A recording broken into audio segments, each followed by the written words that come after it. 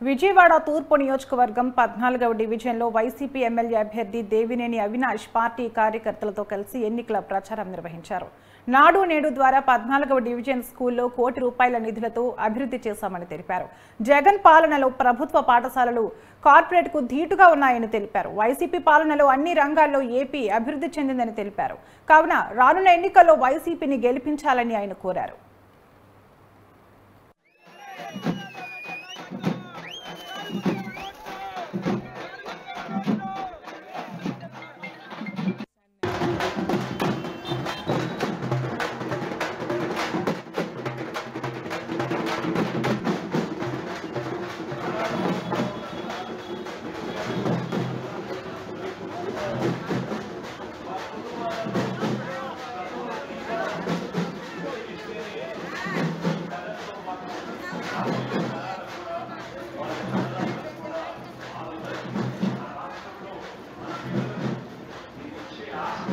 ఒక్కసారి ఏ తెలుగుదేశం పార్టీ నాయకుడికైనా వాళ్ళ మనుషులకైనా దమ్ము ధైర్యం ఉంటే ఒకసారి వెళ్ళి బ్యాంకుల దగ్గర ఉంచుకోమని చెప్పాలి. చంద్రబాబు నాయుడిని తెలుగుదేశం పార్టీని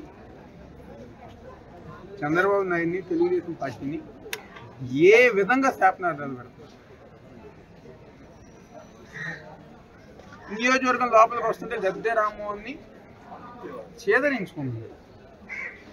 10 సంవత్సరాలు ఎమ్మెల్యేగా అవకాశం ఇచ్చామే, మా ప్రాంతంలో ఒక్కసారిగా తిరగలేదు, ఒక్కసారిగా పర్యటించలేదు, ఎటువంటి అభివృద్ధి కార్యక్రమాలు చేయలేదు, ఏమీ కూడా చేయలేదు. మళ్ళీ ఈరోజు ఏ మొహం పెట్టింది గద్దె రామ్మోహన్ ఓట్ల కోసం వస్తున్నారని చెప్పని చేదరించుకుంటుంది. అందుకే ఆయన తిరగట్లా. మీరు గమనించండి, గద్దె రామ్మోహన్ సరిగ్గా తిరగట్లా. వాళ్ళ కుటుంబ సభ్యులను లేకపోతే వాళ్ళ పార్టీ వాళ్ళు వస్తున్నారు కానీ గద్దె రామ్మోహన్ రాట్లా. ఎందుకంటే ఎక్కడ గద్దె రామ్మోహన్ వస్తే ప్రజానికం తిరగబడి గద్దె రామ్మోహన్ మీద ఎదురు తిరుగుతారని చెప్పిన భయంతో ఈరోజు కొత్త మొహాలు పంపిస్తారు. ఏమవుతుంది కొత్త మొహాలు పంపిస్తే? గద్దె రామ్మోహన్ చేయని కార్యక్రమం చేసినట్టుగా ఉంటాయి.